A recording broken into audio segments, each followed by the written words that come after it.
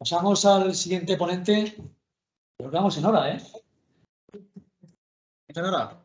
3 minutos vamos de... No, Bueno, se nota el moderador. Ahora por Rubén.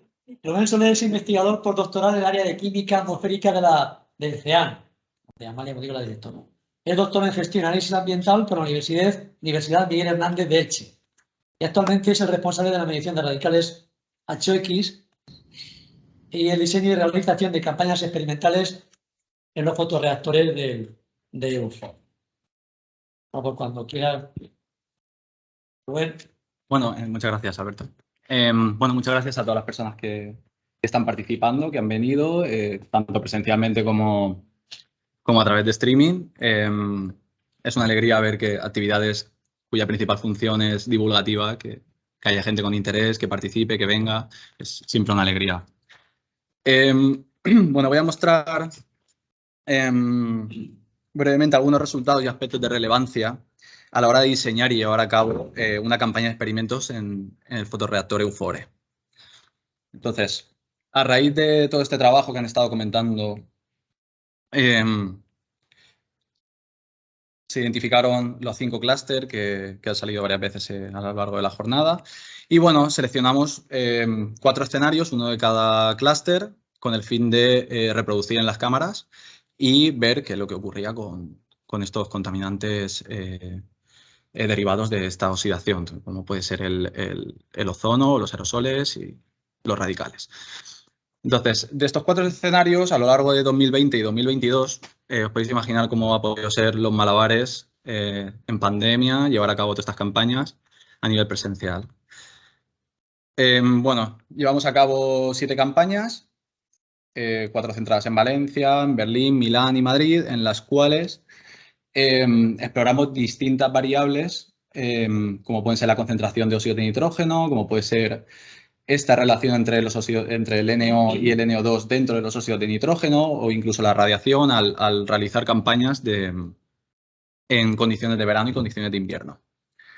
Los resultados que voy a mostrar, porque hay una barbaridad, pero bueno, voy a centrar un poco los resultados en una campaña, en la de Madrid, correspondiente a un entorno urbano de Madrid en verano. Bueno, un poco haciendo alusión a todo lo que se ha comentado varias veces, bueno, es un entorno en el que se emiten y se registran numerosos compuestos, la emisión de numerosos compuestos orgánicos volátiles, distinta composición, distinta concentración, distintos grupos funcionales, distinto poder de formación de ozono. Y bueno, y no solo eso, sino que tenemos una emisión de óxido de nitrógeno y todo ello en la atmósfera, la formación de radicales, comienza la degradación de estos compuestos y la interacción entre todos ellos pues da lugar en este caso, a formación de otros compuestos secundarios que son contaminantes como el ozono troposférico, aerosoles, etcétera, etcétera. Bueno, a partir del trabajo del otro subgrupo de la Universidad Politécnica de Madrid, toda la información que trabajan, toda la información sobre el entorno que nos han podido facilitar, en este caso esta tabla hace alusión a la concentración de algunos contaminantes que es de interés y que son los empleados en nuestras simulaciones, los que hemos llegado a introducir en las cámaras, con el fin de replicar este entorno de Madrid urbano. No solo compuestos orgánicos volátiles, como podéis ver arriba de la tabla, sino óxido de nitrógeno, su proporción y, bueno, y otros compuestos que, en este caso, el ONO, el ácido nitroso, que forma... bueno, que es en muchos entornos, incluso en las cámaras, puede llegar a ser la principal fuente de emisión o precursor de radicales. Entonces, bueno, a partir de determinados cálculos llegamos a determinar la cantidad de estos compuestos que necesitamos introducir en nuestras cámaras, asumiendo el volumen de estos fotorreactores, para reproducir esa concentración y digamos, esas concentraciones del entorno de Madrid. Se puede introducir, pues, por un lado, en cuanto a los compuestos orgánicos volátiles, calentarlos para llevarlos de fase líquida a fase gaseosa por volatilización,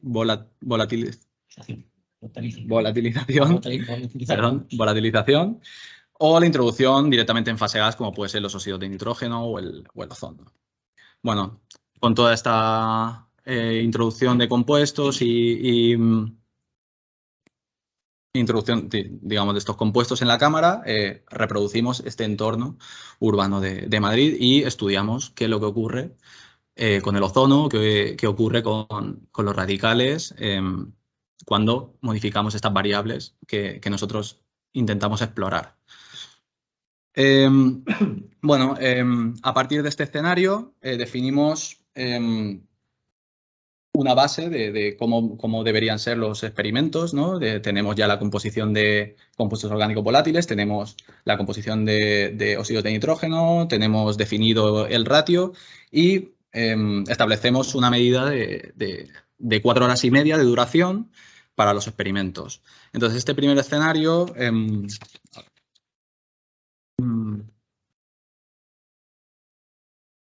bueno, como ha comentado Amalia antes, digamos, este escenario es una foto fija de toda la información, de la gran cantidad de información que trabajan en la UPM. Es una foto fija de un escenario en el que nosotros cogemos las concentraciones a primera hora de la mañana, que es cuando comienza la fotooxidación en condiciones diurnas de estos orgánicos volátiles y otras reacciones en condiciones diurnas, y replicamos esas condiciones en el experimento y lo ejecutamos o llevamos a cabo de manera aislada con el entorno. A partir de este escenario, definimos un segundo escenario en el que exploramos la variable de la concentración de los óxidos de nitrógeno. En este caso, mantenemos las mismas condiciones, sin embargo, reducimos la concentración de óxidos de nitrógeno en un 50%. Un tercer escenario, en este caso, quedaos un poco con el código de colores, la leyenda, porque luego aparecerán un montón de gráficas y es importante seguirlo. Y difícil, o sea, tiene mérito. Entonces, un tercer escenario en el que reducimos los óxidos de nitrógeno en un 50% y además aumentamos este ratio NO-NO2 dentro de esta composición de óxidos de nitrógeno reducida a la mitad. Y un cuarto escenario en el que mantenemos la concentración inicial de óxido de nitrógeno, pero aumentamos el ratio NO-NO2. Mediante comparación entre estos 4 escenarios con respecto al de referencia, en este caso el escenario 1, pues bueno, podemos ver qué es lo que va ocurriendo con compuestos como el ozono, los radicales o las partículas. Bueno, dejo aquí la leyenda a un lado por si os surge alguna duda sobre la marcha. Y bueno, esta figura representa la evolución temporal del ozono en los distintos escenarios. Y bueno, a primera vista, las distintas series se agrupan claramente en dos comportamientos muy definidos. Cuando reducimos los óxidos de nitrógeno en un 50%, como por ejemplo el escenario 2 y 3, mantienen una misma tendencia y un mismo comportamiento. De hecho, son prácticamente paralelas. Y en cambio, digamos que cuando reducimos los óxidos de nitrógeno en un 50%, vemos cómo realmente están dando lugar a perfiles de ozono de mayor concentración, ¿no? Que llegan a valores mucho más altos. En este caso, con respecto al lila, que sería el escenario de referencia, el escenario de partida a partir de la información que nos facilitan. Sin embargo, en el escenario 4, en el que mantenemos esa concentración inicial de óxido de nitrógeno, vemos cómo no sigue esa misma composición. Vemos ese mismo comportamiento. Vemos que al aumentar el ratio NO-NO2, vemos que mantiene un comportamiento muy similar al escenario de referencia. Bueno, como ha comentado Amalia, todos estos equipos que tenemos en las cámaras que nos permite monitorizar numerosa cantidad de compuestos, algunos en tiempo real, otros tenemos que tratar los datos y verlos con posterioridad, pero el hecho de tener medidas en continuo nos permite analizar el comportamiento en cada fase del experimento. Porque, como hemos visto, no siempre es igual, no siempre es constante. En este caso, si hacemos un close-up, hacemos un zoom aquí en la primera parte del experimento, vemos que el ozono en todos los escenarios aumenta rápidamente y luego hay una fase aparentemente semiestacionaria en el que evoluciona, pero mantiene una concentración un poco constante para luego romper a aumentar su concentración. Esto se puede ver a lo largo de la primera hora. Esto viene definido principalmente por la radiación, como se ha comentado varias veces en las distintas presentaciones. En cuanto aparece la luz solar, en cuanto entra la luz solar en juego, el NO2 tiende a fotonizar, tiende a liberar oxígeno atómico que reacciona con el oxígeno molecular y da lugar a formación de ozono troposférico en este caso. Esto sería, por ejemplo, un perfil... esto es simplemente para... Uy, anda, es táctil. Muy bien, muy bien. Muy bien de recursos. Bueno, esto sería, por ejemplo,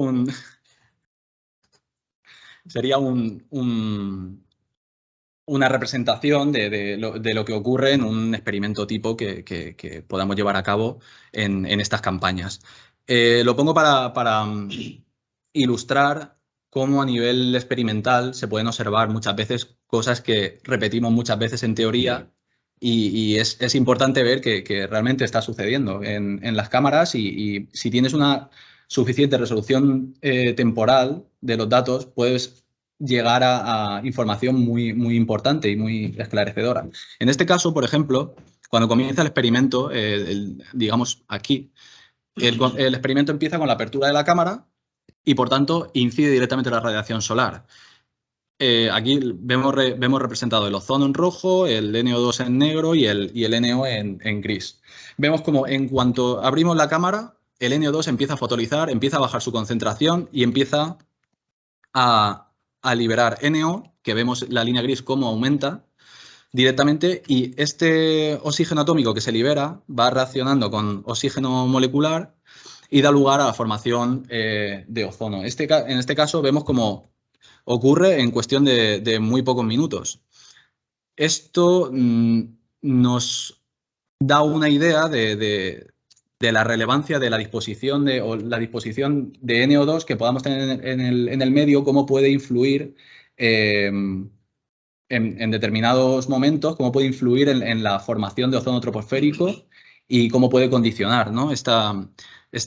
Digamos, la formación de este compuesto secundario, por ejemplo, cerca de la fuente de emisión, etcétera, etcétera. Como, se evidencia esa relevancia, ¿no? de este compuesto. De manera análoga, se puede pensar en la relevancia del NO2 en entornos urbanos a primeras horas de la mañana, cómo pueden condicionar la formación de ozono en estos entornos a medida que avanza la mañana. Bueno, esta figura representa la evolución de los radicales OH en los distintos experimentos. En este caso, en todos los escenarios se observa un comportamiento muy similar. De hecho, es difícil a nivel visual, es difícil extraer alguna conclusión. A nivel puntual, sabemos que hay un comportamiento muy similar en todos los escenarios. Simplemente, si analizamos por porciones, digamos, el experimento, podemos ver cómo en algunos escenarios hay una mayor concentración de radicales que en otros escenarios, pero hay que acudir a cálculos para ver si realmente está habiendo una diferencia o está habiendo una reducción en la concentración o qué está pasando. Bueno, mencionar, no sé cómo voy de tiempo, pero bueno, mencionar que en este escenario 2, quizá puede llamar la atención este pico de OH y podemos llegar a pensar, bueno, en este escenario 2 pues hay una mayor producción de ozono, de radicales OH, pero bueno, viniendo de donde viene, vemos como que la amplitud de este salto o este crecimiento al final del día por intensificación de la radiación solar es muy similar en todos los entornos. Por tanto, hay que acudir una vez más a estas diferencias porcentuales. Bueno, en cuanto a los radicales H2, vemos en cambio como otra vez vemos dos comportamientos muy marcados, muy diferenciados. En este caso, al reducir otra vez los óxidos de nitrógeno en un 50%, en ambos escenarios, independientemente en este caso, de los ratios explorados, vemos como prácticamente llevan un perfil muy similar, si no idéntico, obviando las oscilaciones naturales. Por otro lado, cuando en este escenario 4, en el que simplemente modificamos el ratio, vemos como incluso la concentración de radicales es bastante constante en el tiempo. Bueno, ya lo han comentado, pero la formación, persistencia o regeneración, en este caso, de los radicales OH a partir del H2 se da a raíz de estas reacciones y es unos radicales que vienen, por un lado, como se ha comentado ya, de la degradación de óxidos, de compuestos orgánicos volátiles, de la fotólisis del formaldehído o, bueno, de numerosas reacciones. Vale, bueno, se me ha ido el título. Nada, no me voy a extender mucho más en esta figura, pero bueno, simplemente ver que, o comentar que cuando intentas aproximar, digamos, la evolución o esta comparativa de distintos escenarios a través de distintas variables o distintos cálculos, puedes llegar también a información muy interesante. En este caso, se representa la variación porcentual del ozono de los 3 escenarios objeto de estudio con respecto al de referencia. Entonces, es importante porque centrándonos solo en la primera figura que mostraba el ozono, no vemos cómo, por ejemplo, a partir de las 2 horas y media, la evolución o la variación porcentual de este ozono con respecto al escenario de referencia no llega a un estado estacionario. Es a partir de las 2 horas y media cuando esta variación parece como que se estanca y se mantiene constante. Eso quiere decir, por un lado, que hay unas dinámicas que están ocurriendo aquí que no están ocurriendo aquí. Están apareciendo compuestos, se están degradando otros, se están consumiendo óxidos de nitrógeno, se están oxidando NO a NO2 y está cambiando la dinámica de esta química atmosférica. Es muy importante.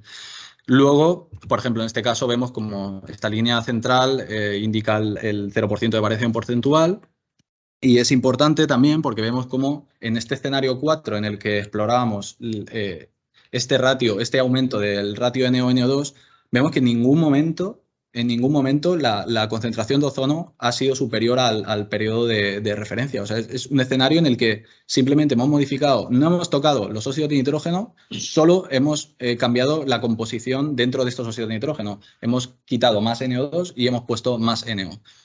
Y hemos encontrado resultados completamente distintos. Por tanto, esto es muy llamativo, es muy interesante y nos lleva a tener claro que el ratio NO-NO2 es una variable crítica a lo largo de intentar reorientar las políticas o digamos, todo ese esfuerzo que se tenga que hacer es de vital importancia para reorientar estos esfuerzos.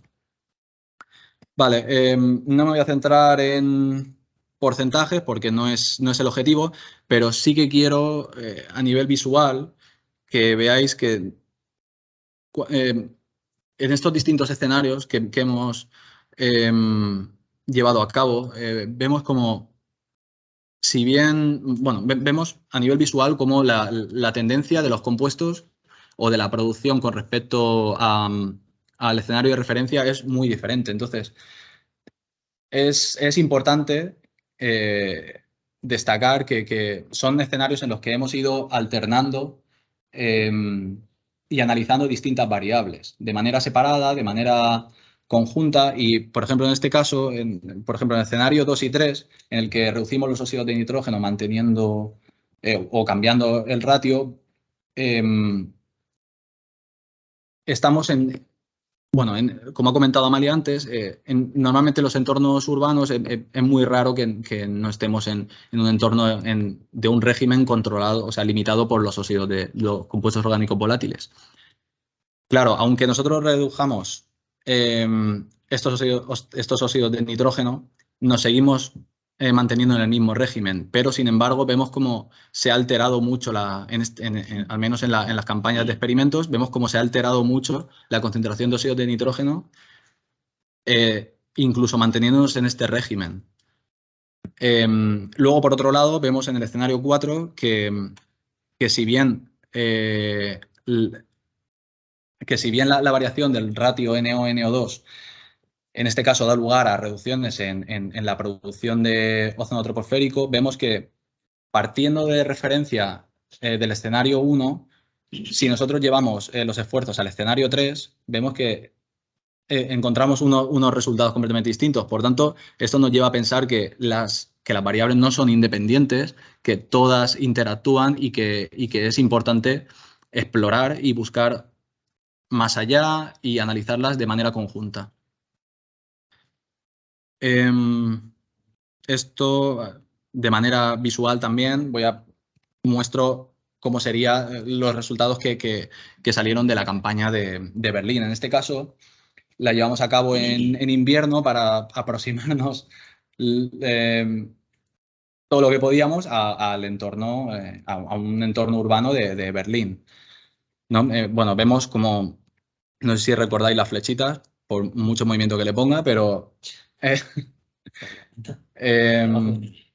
bueno, en este caso ya os digo que son resultados distintos para, en teoría, variaciones similares.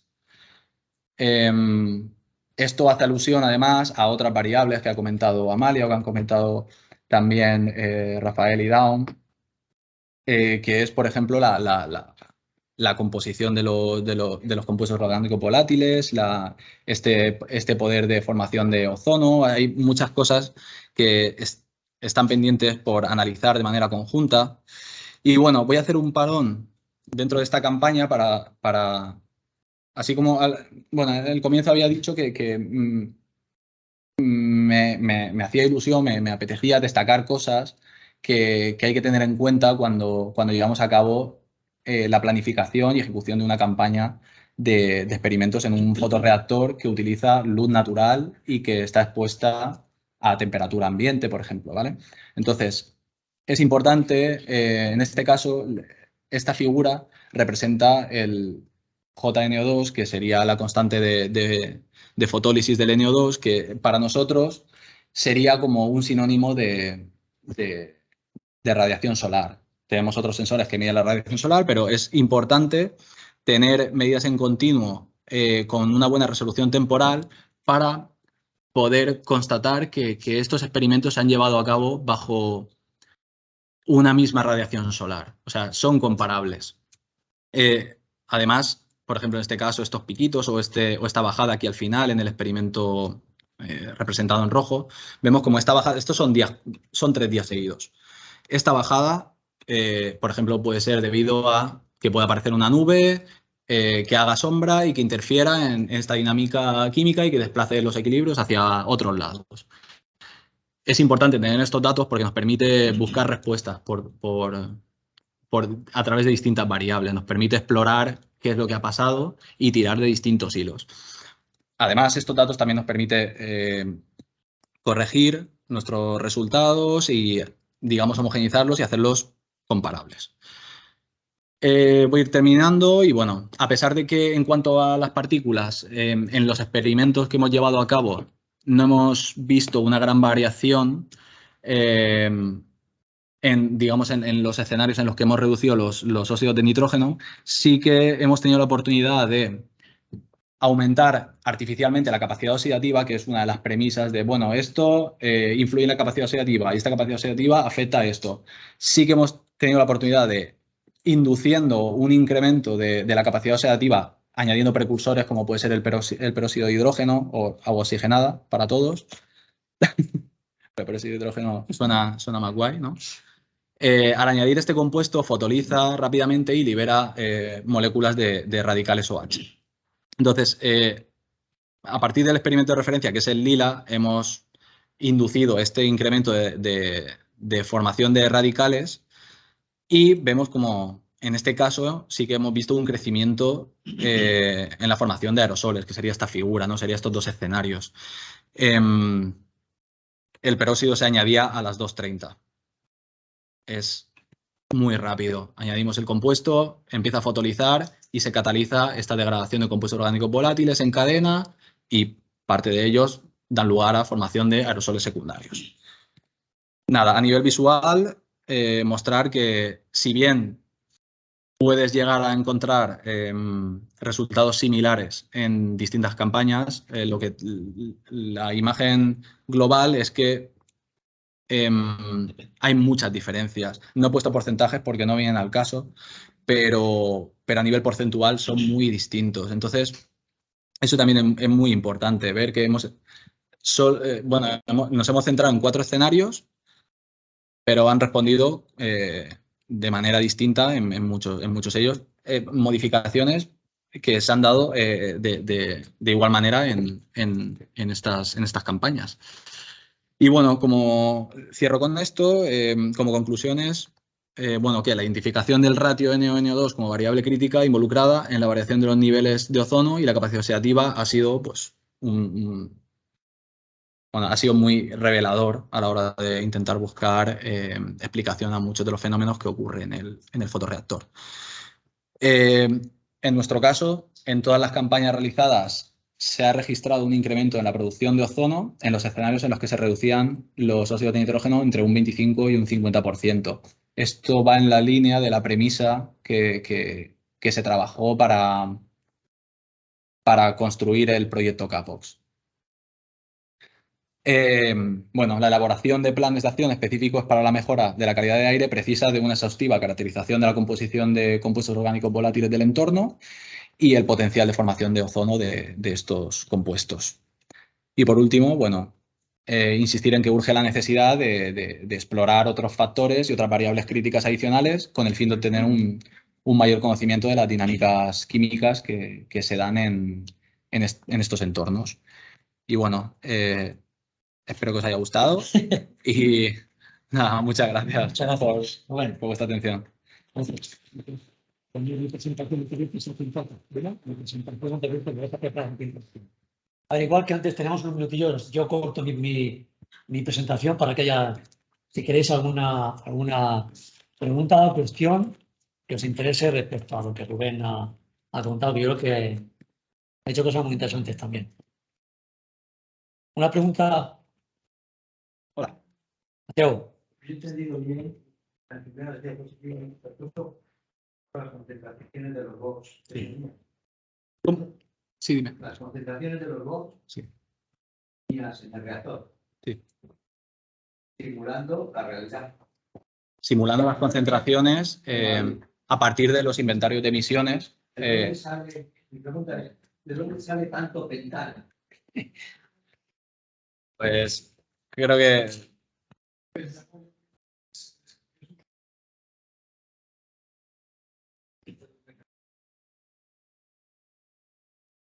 es lo que llaman el anti-físico, son como especies que razonablemente son equivalentes en cuanto a su funcionamiento fotoquímico. Entonces no tenemos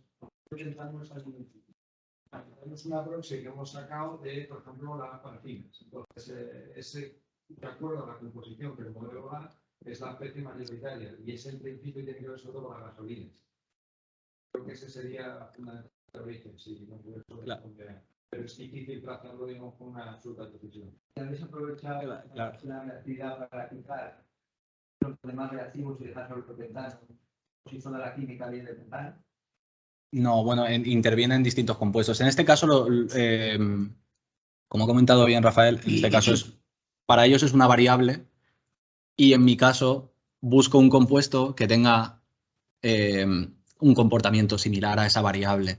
Si en su modelo ellos trabajan con como había comentado antes Amalia, una de las preguntas que le habían hecho, que hablábamos de cómo, digamos, esa capacidad de reaccionar con el OH y formar ozono y tal, eso viene al final de la KOH, que es una propiedad de cada compuesto orgánico. En este caso, en su modelo, su variable, en este caso era ¿cuál era?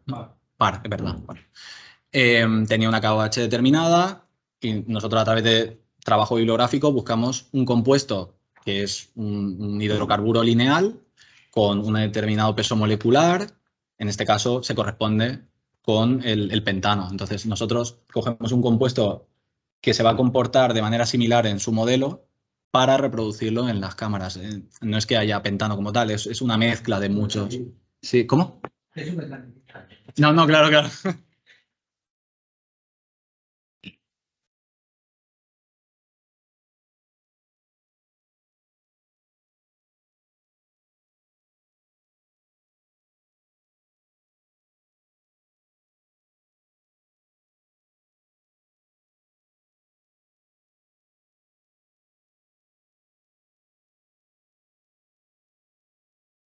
Claro, sí.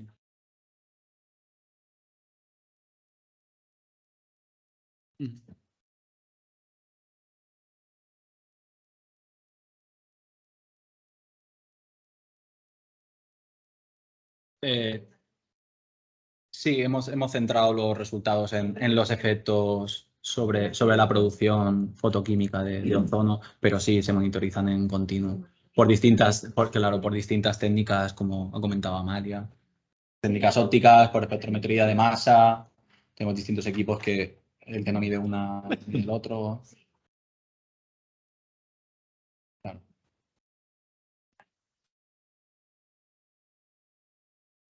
Sí. Sí, no sé si se ve en esta diapositiva, voy a buscarla. Bueno, mira. Ah, pues sí, lo busco a ver. Sí, hay unos ventiladores como aquí. Hice una visita hace 20 años, pero no recuerdo bien la cámara. Creo que tengo aquí en mi presentación. Estaba por aquí. La acabo de abrir, está en pequeñito aquí. Es esta de aquí. Sí, en pequeñito.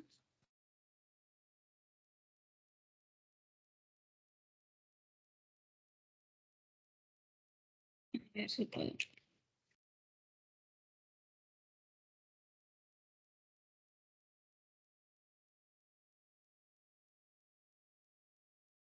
Ahí no era la otra. Esta es la cámara por fuera, cuando se expone al sol, pero quería mostrar la otra. Un momento. ¿Cómo me salgo de aquí?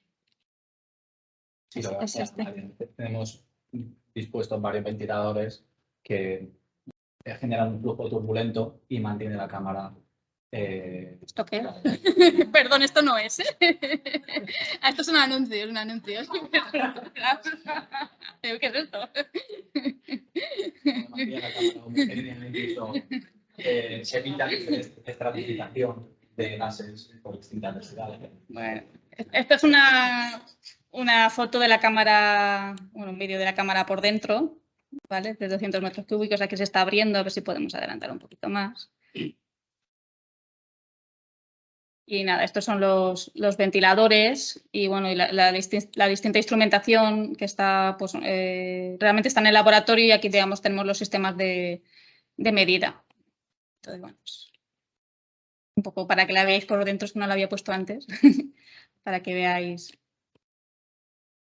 el tamaño, ¿no? Esto es el edificio, mirad cómo son las antenas y estos son pues eso, los ventiladores, ¿no? Para asegurarnos una homogenización, ¿no? A ver, la cámara está siempre llena de aire. Nosotros lo que hacemos es, durante la noche, es que decimos flashing, ¿no? Introducimos aire limpio.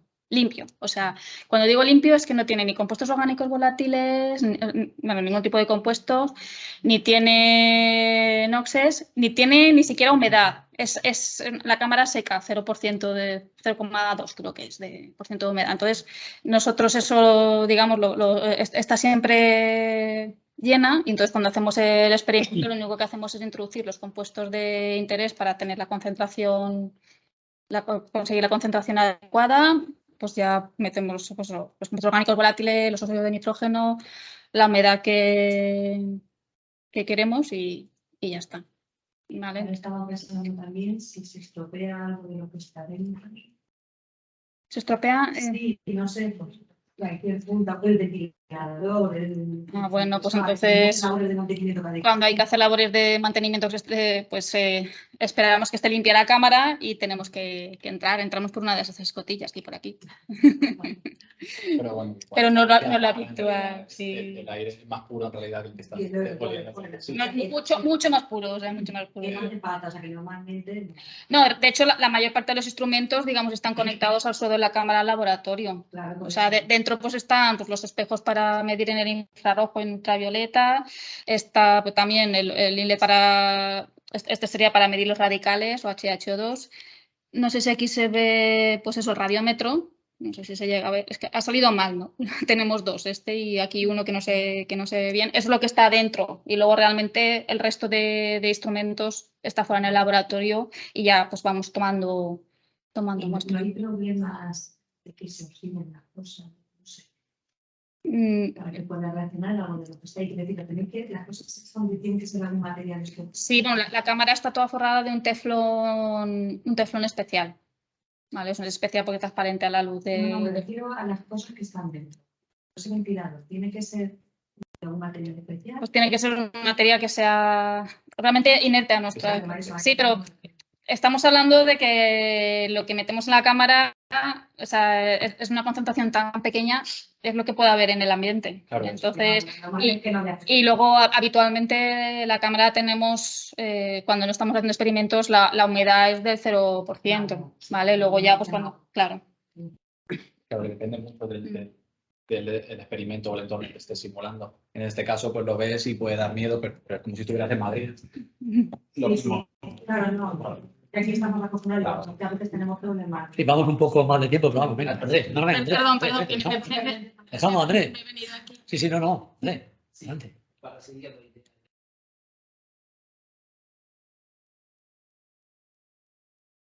Que